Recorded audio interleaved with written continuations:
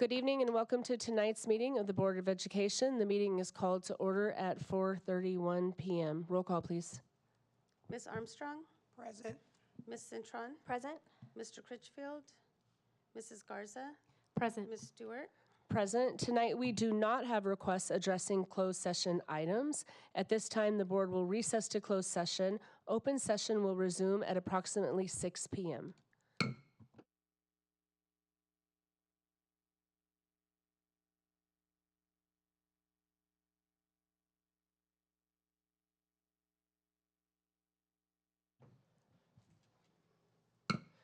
Welcome back, everyone. Tonight's meeting of the Board of Education was called to order at 4:31 in open session. The board then adjourned to closed session at 4:31 p.m., and we will now reconvene the meeting into open session at 6:19 p.m. Board Clerk Critchfield will update us on closed session topics. Thank you, Madam President. The board will be reconvening in closed session after the meeting. Report to follow. All right, tonight we have our amazing Renee Arcus doing our Pledge of Allegiance. Will everyone please rise? Place your hand over your heart. Ready, begin. I pledge allegiance to the flag of the United States of America and to the republic for which it stands, one nation, under God, indivisible, with liberty and justice for all.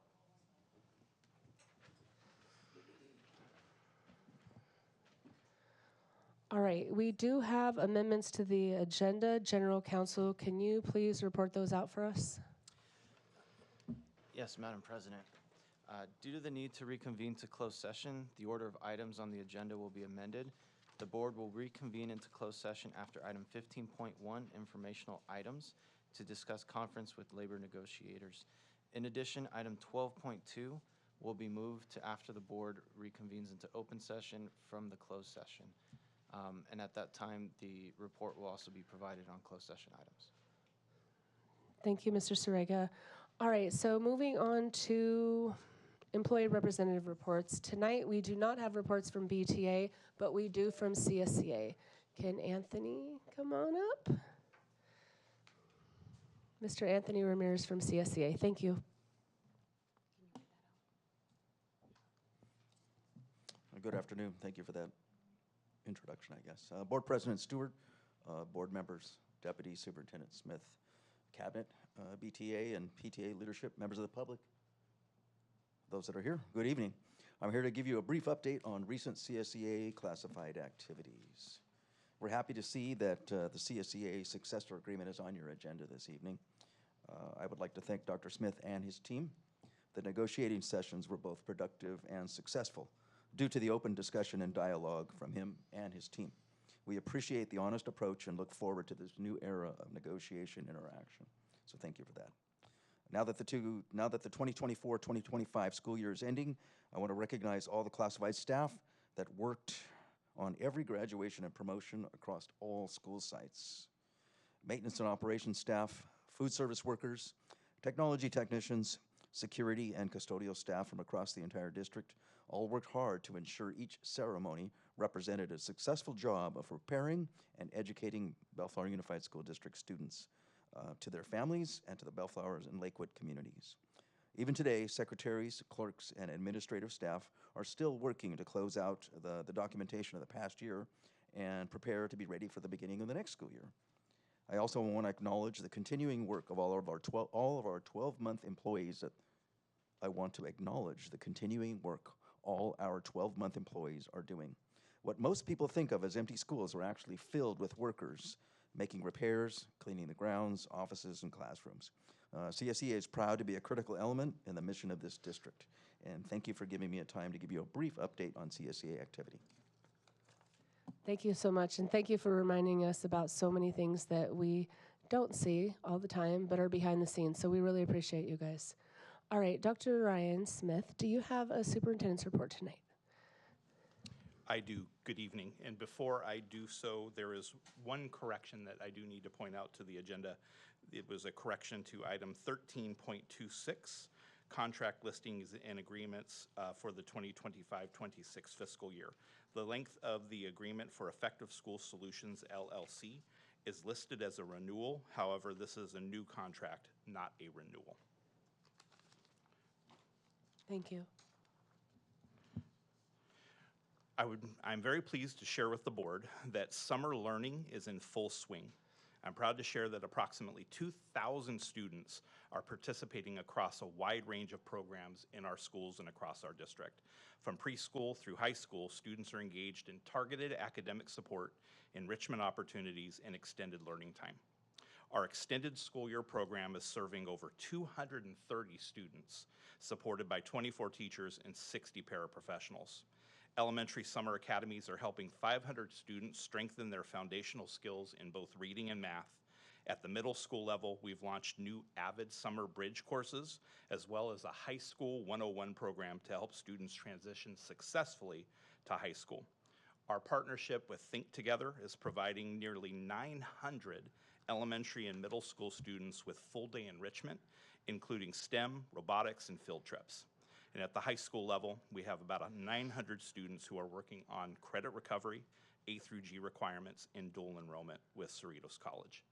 This robust summer program wouldn't be possible without the dedication of our teachers, support staff, and site and district leaders, and I sincerely want to thank all of them for their incredible effort and commitment to our students. In addition, for the last 2 days, our entire leadership team recently participated in Capturing Kids' Hearts Leadership Blueprint Training, a powerful 2-day experience focused on building strong, self-managing teams through authentic communication and relational leadership. It gave us the tool to strengthen trust, lead with purpose, and model the kind of connections we want to see throughout our schools.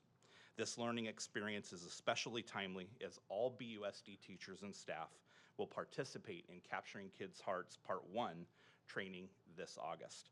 This shared foundation will help us start the new school year rooted in care, connection, and a culture of belonging. And I am grateful to our board for supporting that work. So this concludes my report for this evening. Thank you. Thank you so much. I'm excited about Capturing Kids' Hearts. It's a really cool program. Carrie, do we have cards tonight?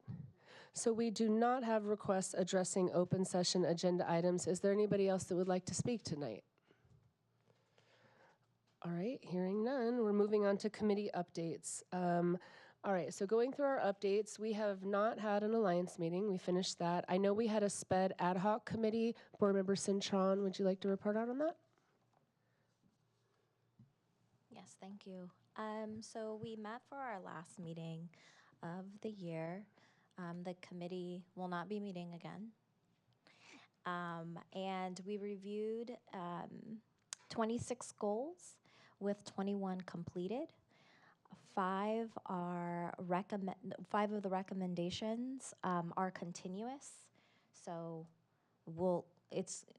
there's no way of going around this goal. It's continuous, it's ongoing for the goals that were established in the beginning.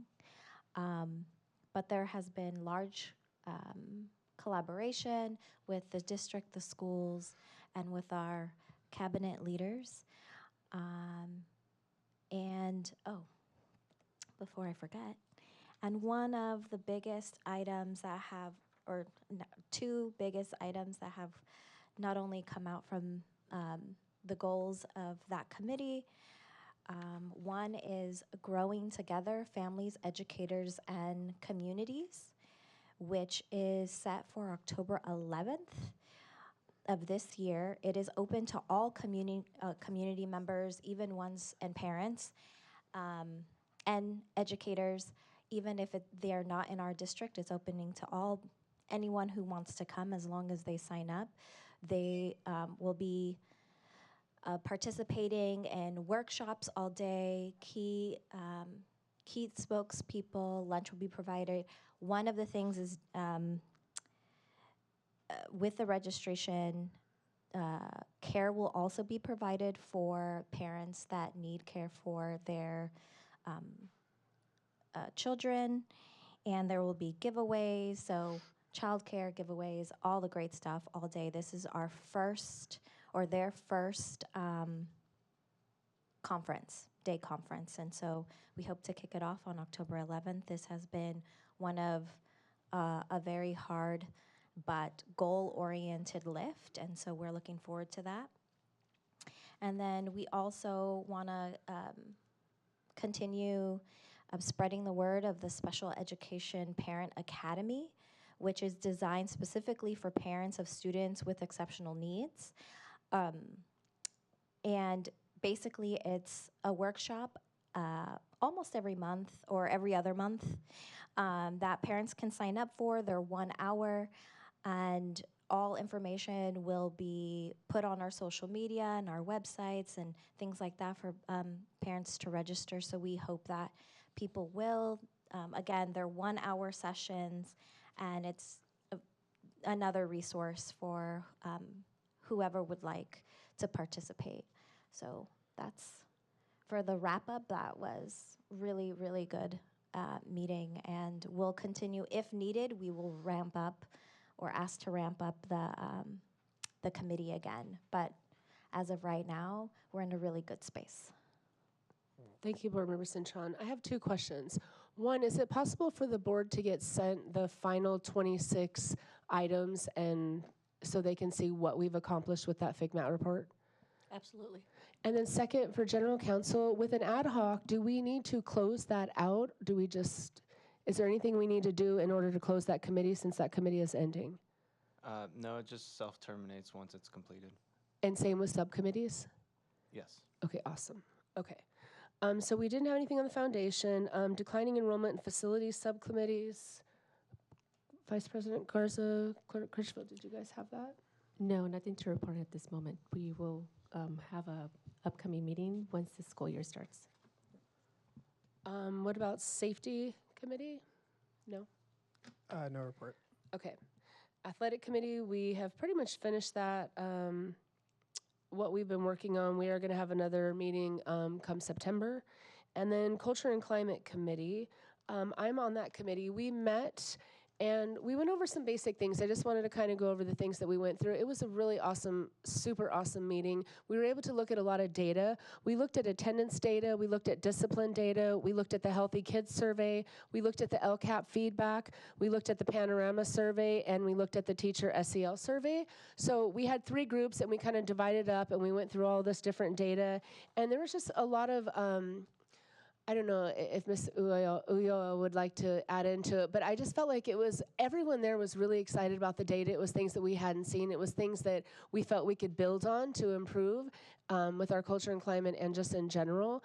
One thing that we saw was in elementary, there's a very high sense of belonging, but when you get to secondary schools, it dropped a lot, like a lot. So those were things that we looked at. We looked at communication on our platforms and how we could improve, getting more parent feedback. So it was just a really nice core group of people, and so I think it's a really great committee. So thank you so much. Is there anything else that you would like to add? Nope. You pretty much summed it up really well. We have the right people in that group to look at that data with the right lens and the right frame to move us forward in establishing some goals and some next steps. So I'm excited for that work as well. Yes, thank you for everything that you're doing with that committee. Legislative Action Committee, did you guys meet? No? No. Okay. And I think that's all. Do you have anything from LACSTA? Oh, and then we will report on CalAPS after. Sorry, go ahead. Yeah, the only Board thing Member with LACSTA, we had our last meeting of the year in May, in which I think I reported on that. We had our election, so we have some new officers. And the only thing that we've been, just bombarded with is the, what's going on right now with the schools and immigration.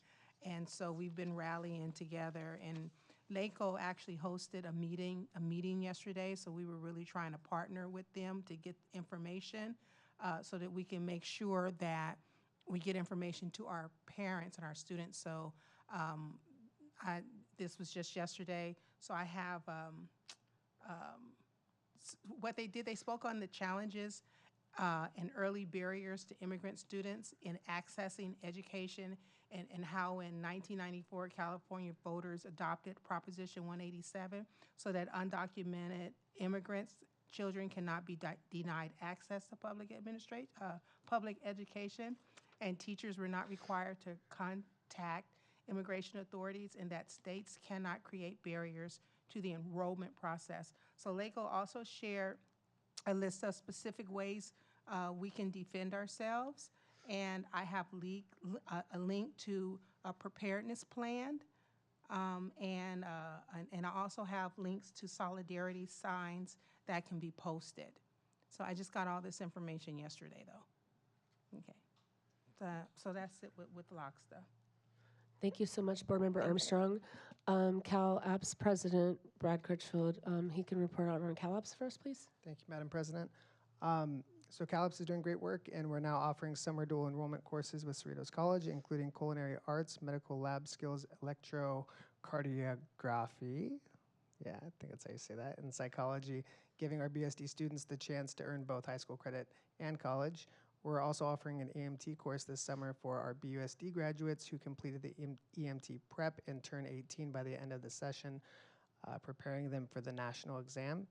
I do want to say thank you to Miss Arlene Whitney for all the amazing work that her and her team are doing, and for participating in the College and Career Week at Ramona Ernie Pyle, and connecting early with our Bellflower Unified students. And that's something that we've had a lot of conversations about, is how to get our younger students in BUSD interested and passionate about some of these trades. So when they do get the opportunity to enroll, they're excited to do so. So thank you, Madam President. Awesome, thank you so much. All right, moving on to discussion items. We have one discussion item this evening, 11.1 local indicator presentation. Dr. Smith. Thank you, Madam President. Yes, we do have one discussion item. At this point, I'm going to turn it over to Mrs. Carter, who will present information to the board about our local indicators. Okay, tonight I'll be sharing with you information regarding the LCAP local indicators. As I share this information, please keep in mind that you've reviewed this information already as metrics included in the LCAP, the drafts that were provided to you earlier and that you've reviewed previously. Tonight we're completing the requirement of the LCAP process to present the local indicators to the board at the same meeting that the LCAP is approved. The final requirement includes the posting of the information to the California School Dashboard.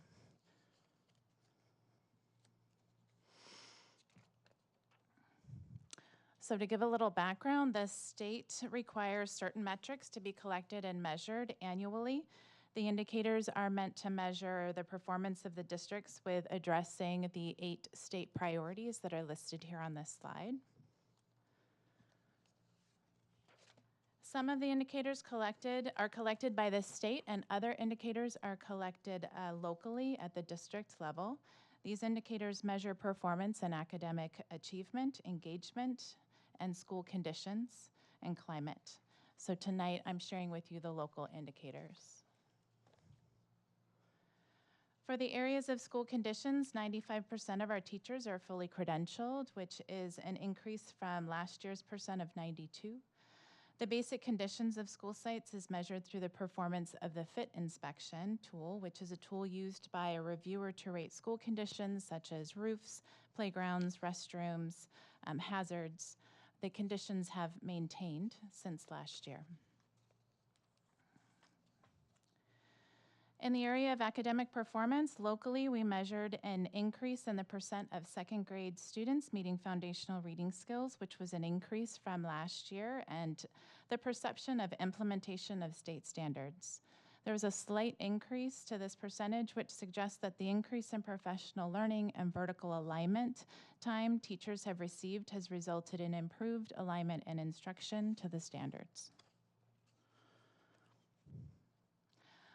Although all courses are available and students have access to courses, when reviewing enrollment information, we notice that all student groups are accessing a variety of courses. However, our English learner student groups access advanced ELA courses less due to their current level of development of English language. These students are required to take 2 classes, an ELA class or an English class and an ELD class at the secondary level, which does hinder the electives that they can take. Last year we did implement a course that had English and ELD together for we had one class for each grade, and next year, our multilingual coordinator and our director of secondary are looking to see if this is a possibility to be expanded for our students next year. Based on LCAP survey data, we have maintained or slightly decreased in the area of building parent relationships. There is a high level of agreement that we communicate with parents, we make them feel welcome to participate in school, and that we treat them with respect. However, an area of focus is prioritizing the strengths, cultures, and languages of our families and students.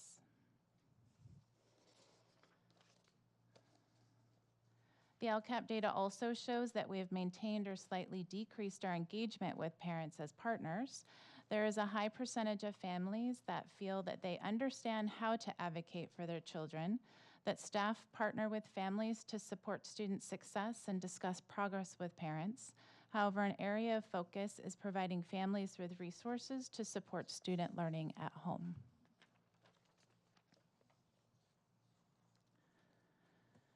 The LCAP and California Healthy Kids Survey data shows that a high percentage of parents feel that school encourages them to actively partner, that they plan parent engagement activities for the school site, and they seek input from parents to make important decisions. However, there was a decline in English learner parents feeling like they know how to participate in the English learner advisory committees at our school sites. This data shows that parents feel welcome at school and staff feel a responsibility to improve school. However, as mentioned earlier, a little over 50% of students feel connected to school. Parents and teachers agree that school is a safe place for students. However, the perception of students feeling safe at school is below 50% at the secondary level and has slightly increased at the elementary level.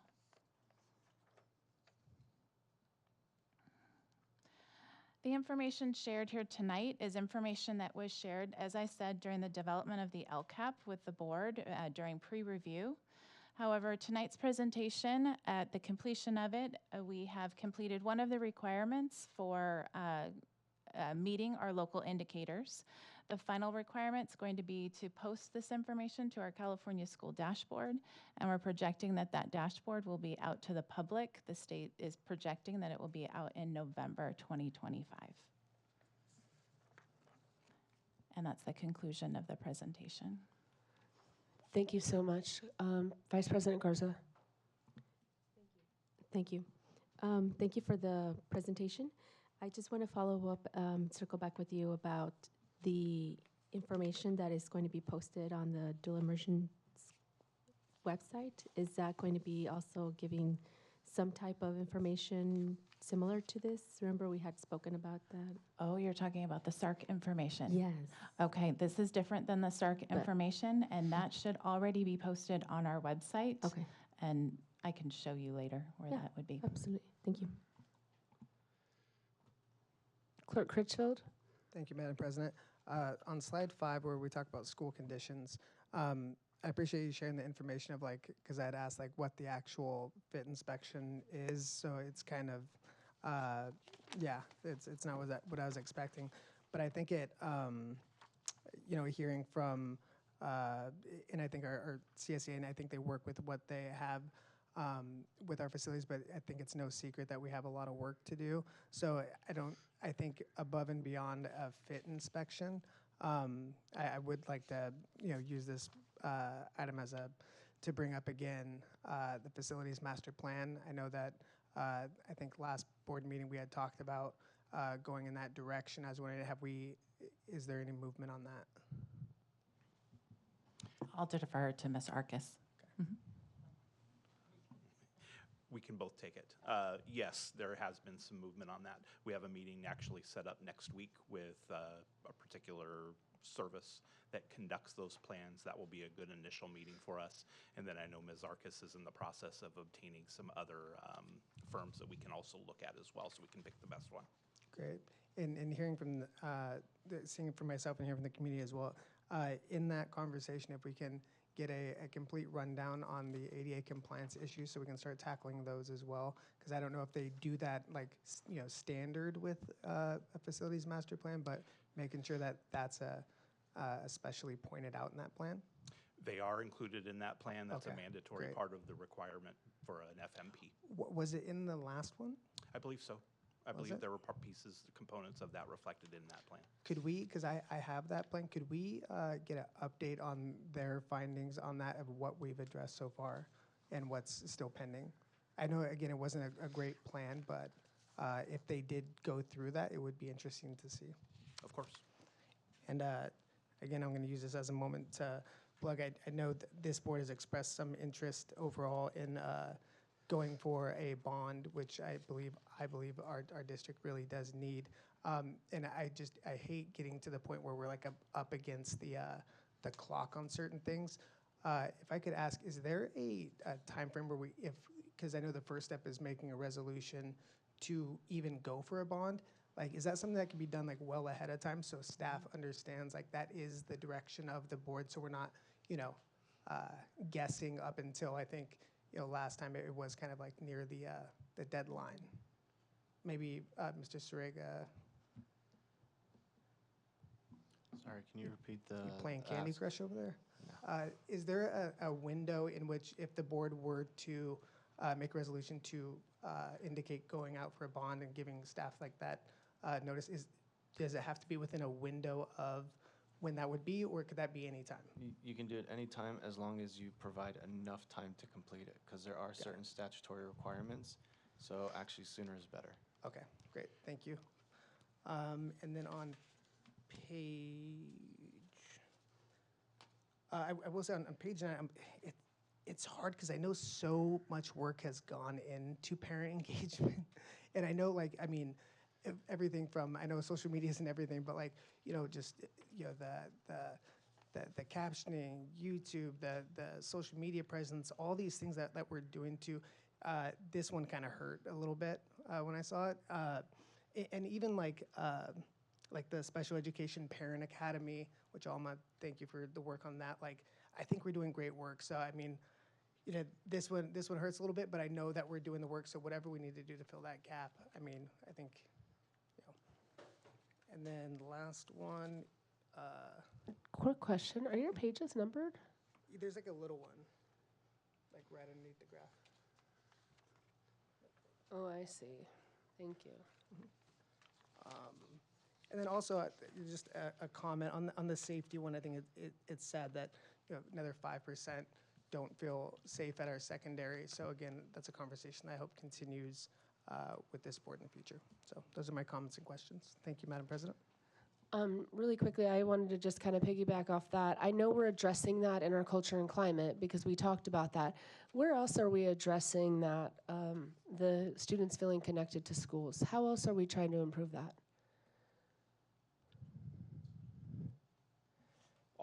I'm happy to start, and then our team can kind of fill in. I think one thing that is going to be really helpful for us is the work that the board has committed to in the form of capturing kids' hearts for climate and culture across the district.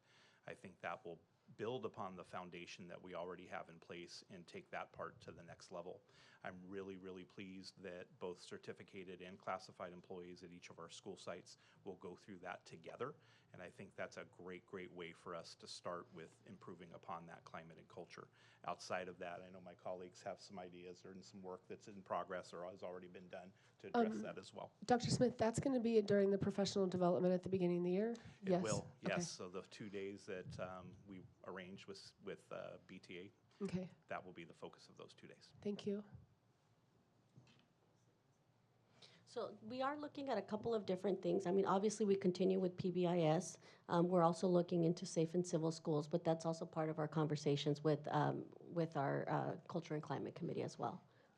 Part of the work there is looking at our existing data, which is why we looked at that data, and then as a team develop some additional next steps, considering what we're already working on, and then what additional next steps we can do to bring the work, move us forward in that area. Okay, thank you so much. Vice President Garza.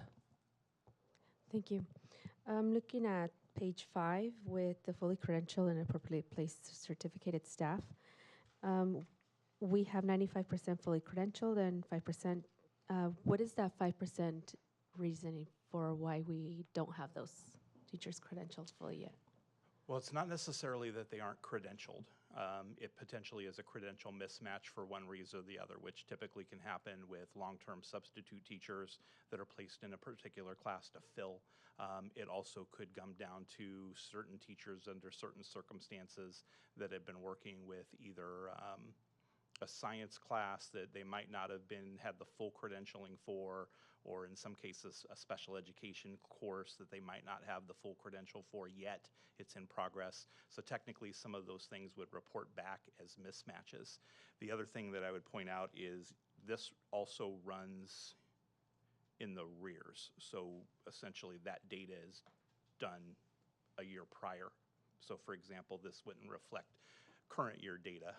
We go through a pretty thorough process where we go through all the potential credential mismatch report. There's a report we get, and we go through each and every teacher and basically indicate, no, this actually wasn't a mismatch, and here's why. It's through the CalSAS process. That's something that I jumped into at the very beginning of this year, and we got as much of that straightened out as possible. And now Dr. Knox has the pleasure of going through that report this year. The good news is we'll have fewer and fewer as we go, but they do happen from time to time. And while it's certainly not ideal, there are certain circumstances that put us in a position where we sometimes have to have a teacher that's with a certain group or a certain course because we don't have any other choice. Thank you. Any other questions? No? Thank you so much for your presentation. We appreciate it. All right, moving to major action. We have one major action item that we're going to be covering right now, and that's approval of successor agreement between Bellflower Unified School District and the CSEA employees. Do we have any questions or comments?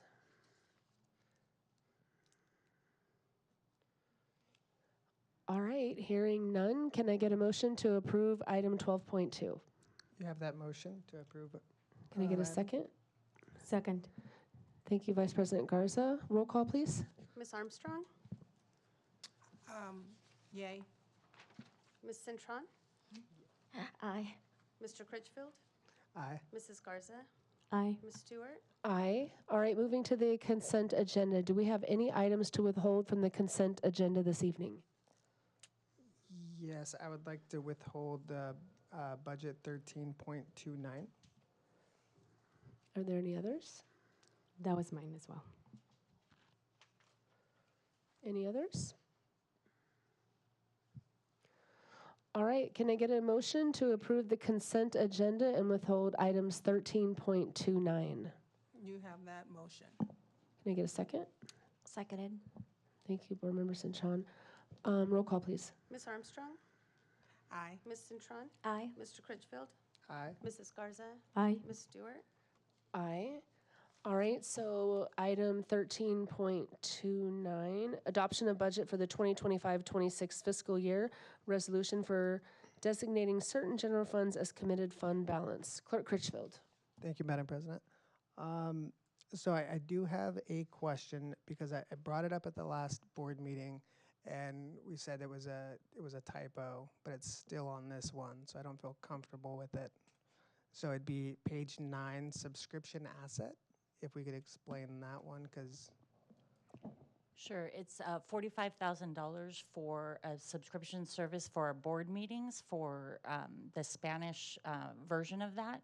It's one of the first things that we're putting into that category.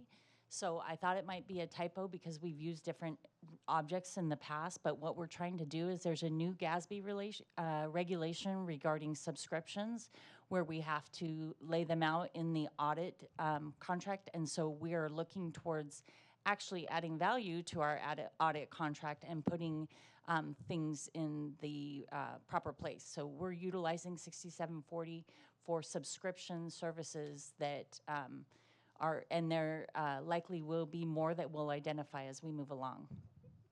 okay. So to be clear, it's 40,000, right? Not 45. I'm sorry, 40,000. Okay, that is confusing just because when I asked last time. So thank you for the explanation. Now, so that'll be for subscriptions that we get. Yeah, it's certain kinds of subscriptions. It is confusing because last time I said what we could do is amend the budget. We weren't probably going to amend the adopted budget, but we can amend the budget later on. Those are some of the things like in the consent item that we do when we move things between objects and stuff like that. Right. So that is probably the confusing part of what I said is that we would look to amend it if we decided that's not the place that we wanted to maintain it. Okay, thank you. Thank you for asking. Vice President Garza. Thank you. My questions are actually towards the back of the document, and they start on, let me grab my page. Page 109. Yes, thank you. So there are several not mets or no's indicated on the following pages. 109 under budget year 2025-2026, status not met. Can you talk about that a little bit, please? Sure. So one thing that might help the audience is there's a section at the back of the budget called Criteria and Standards, and what it looks at is metrics that we've included in the budget, such as in past history. So for the example, the one on page 9 is in past history, your salaries and benefits have usually been about 86% of your total cost in your budget. So if you create a line item in the budget that kind of differs from that or changes in some way, this Criteria and Standards actually gives you an opportunity to explain what's going on. So in 25-26, our salaries and benefits in comparison to our total budget are only 72% of it. It's not because we've changed our salary and benefits. As a matter of fact, at the last couple board meetings ago, we approved a raise for our employees, so the salary and benefits have gone up. However, our other expenditures have gone up. And in this case, we've included in the 25-26 budget that the cost of the Mayfair Field renovation that we're anticipating. And so it caused the total amount of the budget to go up. Therefore, the salaries and benefits in relation to that total are different. Okay, thank you for that explanation.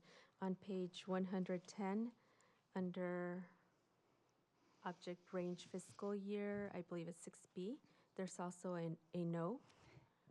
So in this area, under 6B, it talks about the revenues and the history of the revenues in the district. Our revenues are broken out into 3 parts: federal, other state, and other local revenues. And it looks at the history of what we as a district have provided and how much we're changing them by. So in the case of the federal and the state revenues, it says that there is a change that is kind of outside the normal realm. And what that tells us to look at is that we did have prior year COVID funds and one-time funds that brought up those revenues. And so therefore, as we're coming back down to a more average or normal state and federal revenues, it shows that it's outside the acceptable range, and therefore we had to explain it. In regards to the local revenue, I believe it was our October meeting, the board approved, and we got a grant for the CalShape plumbing grant. And so we approved a vendor. Well, that grant revenue comes in through a local source because it's CalShape and it's not a state or federal mandated funding, so it comes in through a local source. And therefore, our local revenue kind of bumps up in 25-26 as we get that grant and then goes back down in the following years. Okay, thank you for that explanation. On the back page, there's also 3 no's under books and supplies funds. That's, so those are within acceptable range. You're looking for yeses. Yes. So in the case of books and supplies and services, no's is a good thing. That's a good thing, okay. And then I think if we go to,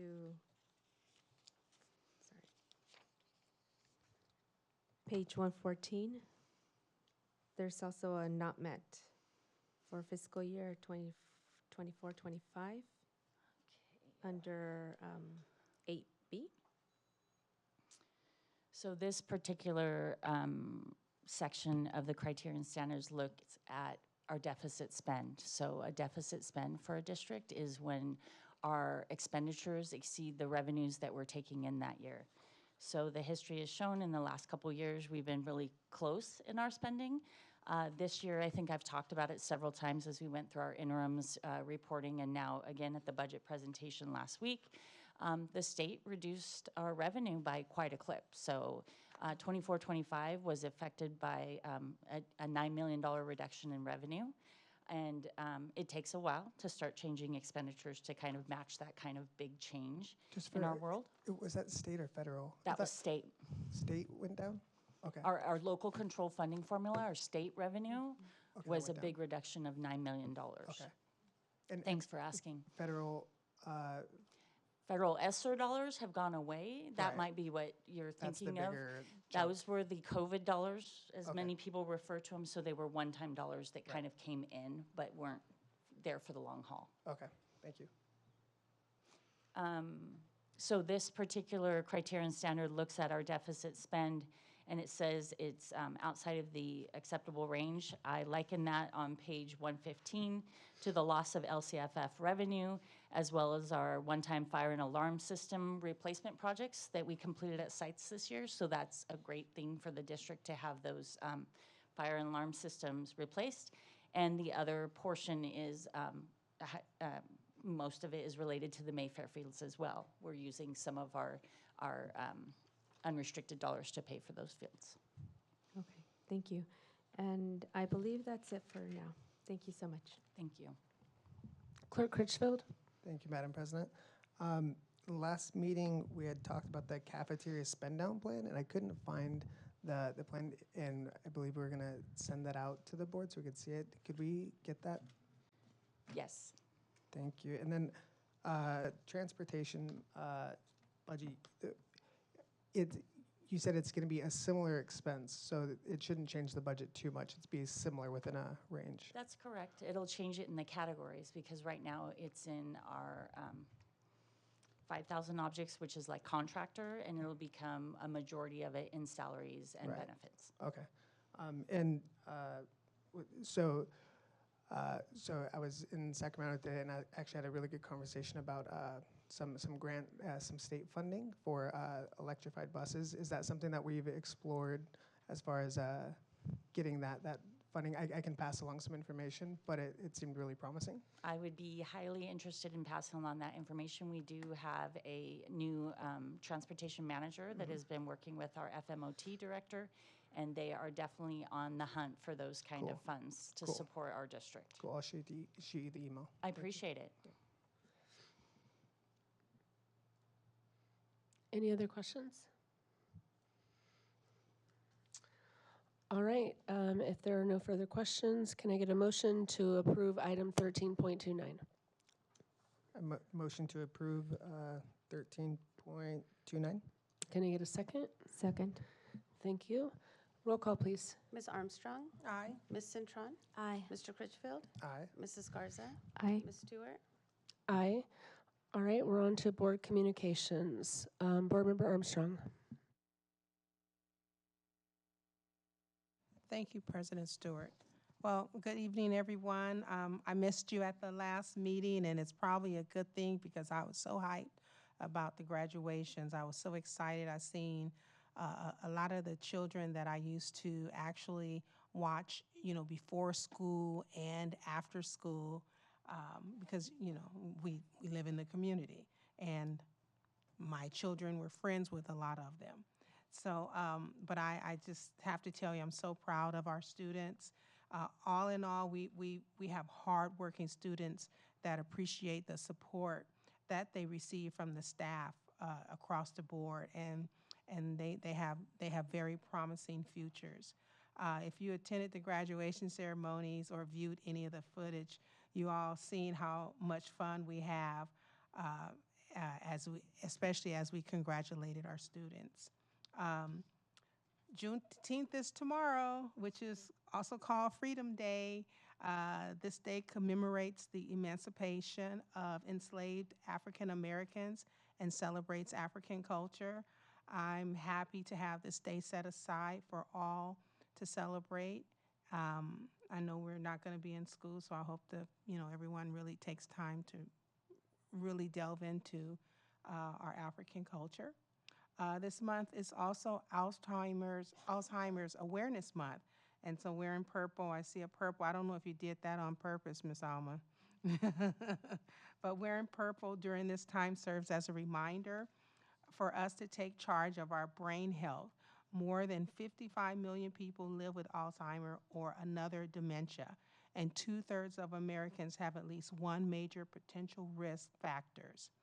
So with a commitment to adopt healthy habits, exercise, and getting good sleep, we can reduce the risk of cognitive decline. So let's remember to take care of ourselves. I'm actually talking to myself on this one. And also, June 15th, I don't know if anyone mentioned it, but June 15th was Elder Abuse Awareness Day. You know, we have our children that we love so much, but we also have our elders, and some of which we take care of. I take care of my mom. I'm sure some of my other colleagues and friends, they're in that position now. So it's really important that we honor and take care of our elders. That's it. I just thank you guys for committing your time to come here to, witness us trying to do our best up here on this dais. So thank you. Thank you, Board Member Armstrong. Board Member St. John. Wow, the graduation seems so long ago, to be honest. But this was the first year that I got to participate on the other side from the stage, looking out to the audience, and it was beautiful. It was wonderful for all 3 nights. I want to give it up to all the staff that have to, figure it out and maneuver all schools, parents, and, there's a newfound appreciation for sure. So thank you for everybody who came out and all the parents and families who really made it a great spectacle. I loved hearing all the families scream at the top of their lungs and having bandas play after the ceremony and the fireworks. It was just a good experience all around. I enjoyed all 3 nights. So thank you so much, and congratulations to all those who graduated. With that, I'm going to take a point of privilege to make a statement to our families in our community. And this time I actually wrote it out. So bear with me, please.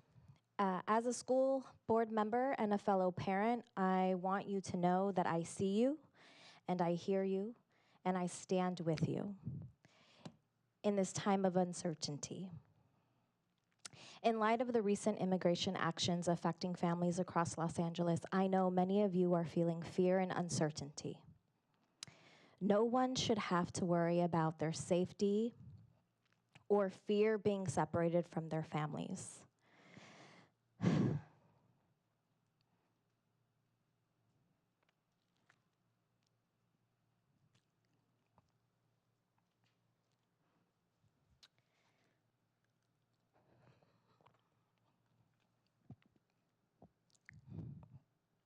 Excuse me. I know I cry a lot, but this is angry tears. So, excuse me. And I know I speak for a lot of us, teachers and staff that share these same sentiments, parents that have called me. Our schools must remain safe and welcoming spaces where all our children can learn, grow, thrive without fear. And I just want to reiterate that I am committed to protecting that promise. And no King's Day, I went out and I marched and I protested, and I have been receiving a lot of calls and text messages from those that are in fear. And I just want to let you all know, and I'm speaking for myself, I do not want to pressure anyone to stand with me in this, but I will continue to advocate fiercely to ensure that our district upholds our dignity, our safety, and our humanity for every family, and to reiterate that we have resources on our website. If there are concerns, please reach out to our cabinet, to our teachers, to our staff. They are also well informed of resources, or should be well informed with resources for parents and for students. Regardless of immigration status, I want to also reiterate, we do not collect, so there's absolutely no fear. And to let you know that you are not alone in this. And for those who have the privilege, because as we know, not all of us do. And again, I speak for myself. I am not going to stay silent. And feel free to keep calling me, emailing me, texting me. I am more than happy to give you resources. Make sure you have red cards that is also accessible on our website. But I just want you to know that you do not stand alone in any of this. Thank you. Thank you, Board Member Cintron. Clerk Critchfield. Thank you, Madam President.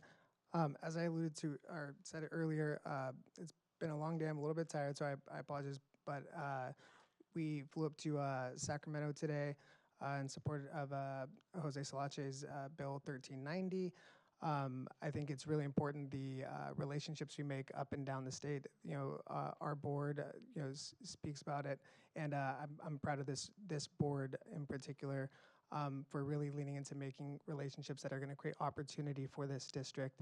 And I think we're already starting to see that a lot. Whether it's finding funding for things like transportation or other things that could be funded. That advocacy at the state, I think, is really important, and it really is. It really is a part of what we do, but it really takes a really engaged board to really go that extra mile, and so I'm proud of this board in general, all of us, for doing that. Also, happy Juneteenth, and also shout out to my man Carl Kemp. He throws a huge Juneteenth. It was last weekend celebration down in Long Beach at what's it called, Rainbow Lagoon. Yeah, let me see. Again, I'm going to plug, we talk about it a lot, but I appreciate the conversations, and I know I try to find ways to bring it up, whether it's in the LCAP or the budget, but there are things that I think that I believe staff is doing that, in the past, maybe we waited too long, but resolution for bond, facilities master plan, getting very strategic on how we spend our dollars is going to be very important right now and over the next few years. So that's something I'm really excited about, the work that we're doing here and just being very strategic going into the next few years. Other than that, thank you all for being here. Thank you, Clerk Critchfield. Vice President Garza. Thank you. I want to kind of piggyback on what Board Member Critchfield was saying. We do need to make sure we have all those pieces in place for the bond and the, what we're looking into going into this really difficult budget season. But I also want to say thank you to our support staff, our classifieds. You are still out there. So thank you, Anthony, for reminding us that you guys do the work during the time that our families are away and that we are down, resting. So we appreciate all that support and that sacrifice during this time. I also wanted to say thank you for happy Juneteenth. Thank you. And also thank you to our staff because you are also here. Thank you, Cabinet. And you also continue the very tedious work to get our school district ready for when our school reopens back in the fall. Other than that, I don't have any other updates. Thank you. Thank you, Vice President Garza. Good evening. I wanted to start my board report again by congratulating all of our retirees. We are thankful for all the years of service for our students, families, and community. I am especially thankful to Miss Lori Reenstra. She was my high school basketball coach and mentor, and the connection she made with not just myself, but many of my friends in our community has been priceless. So thank you again, Miss Reenstra, for helping me become a better athlete in person. I really appreciate you. Also, I would like to again thank Mrs. Lisa Acevedo. I am so blessed to have been able to work with you and to learn from you and to learn so much, and we will miss you so much as well. I attended the elementary ensemble concert at the Civic Center. I cannot believe how amazing the students are. They were just so good. They were almost like high school kids. I've never seen a group of elementary kids do such a great performance. I was in awe of them, and I really appreciate Mr. Ron Williams. He's also a BHS alumni for all the hard work and dedication he puts into our children. It was a beautiful event. I attended all 3 graduations. I would like to say that I really liked having Somerset in the gym. I thought it was a great experience. I heard a lot of positive feedback, and I hope that we will continue to do that in the future. Bellflower is always a great experience, and I'm excited to welcome the class of 2025 to our alumni family. And Mayfair was a beautiful ceremony as well, and I thank Mr. Diaz. He had the most kids, and how quickly and efficiently he got through that ceremony. It was so organized. It was just well done. So we appreciate him so much and look forward to working with him in our student services next year. And talking about Bellflower High School, I have never been more excited for our new Bellflower High School principal, Miss Jessica Cummings, who just randomly happens to be here tonight. Perfect. I just think that you are a breath of fresh air for that campus. Teachers have shared with me their excitement about you leading them, and I look forward to the positive changes that I know you're going to bring to that campus. So thank you so much for doing that. I attended the district breakfast. This year was a great year in BUSD, and I just want to say how much I appreciate Dr. Smith, Mrs. Carter, Mrs. Arcus, Mrs. Ulloa, Dr. Knox, Dr. Olmos, and just all of our executive cabinet, our assistants, Carrie and Elaine. I just want to thank you guys for everything you do. We're very blessed to have you guys all on our team. And we took on the superintendent interviews, so I'm very thankful to Dr. Verdugo, Sandy Thorstenson, and their team for their guidance and assistance. I would like to thank Dr. Smith for taking on the role as our interim superintendent. He has brought so many great things and so many great programs to BUSD, and I just appreciate everything that you contribute on a daily basis to our district, so thank you so much. The board did vote to appoint him, and he will be our interim until our superintendent arrives. I had a positive text this week regarding summer school that I wanted to share. Mrs. Laura Cummins, she's at Lindstrom. She just wanted us to know that the summer school is going really well at Lindstrom, and the model that BUSD has set up is super helpful and positive for the kids and teachers. So thank you to Mrs. Cummins for taking that responsibility and role of teaching summer school, and to Mrs. Carter and Mrs. Reyes for creating that program with your staff. I'm getting a lot of great feedback on that, and it's nice to get nice text. So if anyone wants to send nice text, please do. I wanted to wish everyone a happy Father's Day. And lastly, I wanted to thank Clerk Critchfield for spending his time today advocating for equity among the board members of California. I appreciate you so much for that. So thank you for taking your time to fly out there. Appreciate that. All right, do we have any questions on any of the information items? I'm sorry, Mr. Sorega. Just real quick clarification. Dr. Ryan Smith will be acting superintendent until the new superintendent arrives, not interim acting. Oh, okay. Thank you. Sorry, my wording was wrong. Any questions on information items? All right, hearing none, we are going to reconvene back into closed session, and we will be back. Thank you.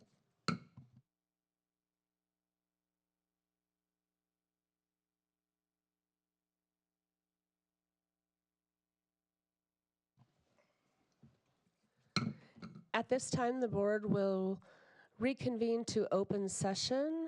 Clerk Critchfield will be reporting out.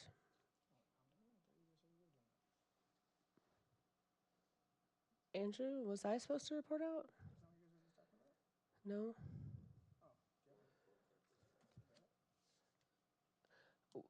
I'm sorry, just we state all the closed session items that we've done tonight. Just there was 2, correct, or 3? Okay. In closed session, we discussed student matters, pending litigation, anticipated litigation, and and labor negotiations. And then the other part too? No action was taken by the board. All right, so can I get a motion to continue item 12.1 to the next meeting on July 10th, 2025? You have that motion? Can I get a second? Second? Roll call, please. Board Member Cintron, Aye. Board Member Armstrong, Aye. Board Clerk Critchfield, Aye. Vice President Garza, Aye. President Stewart. Aye. If there is no objection, this meeting is adjourned at 9:01 p.m. until the regular board meeting to be held on July 10th, 2025.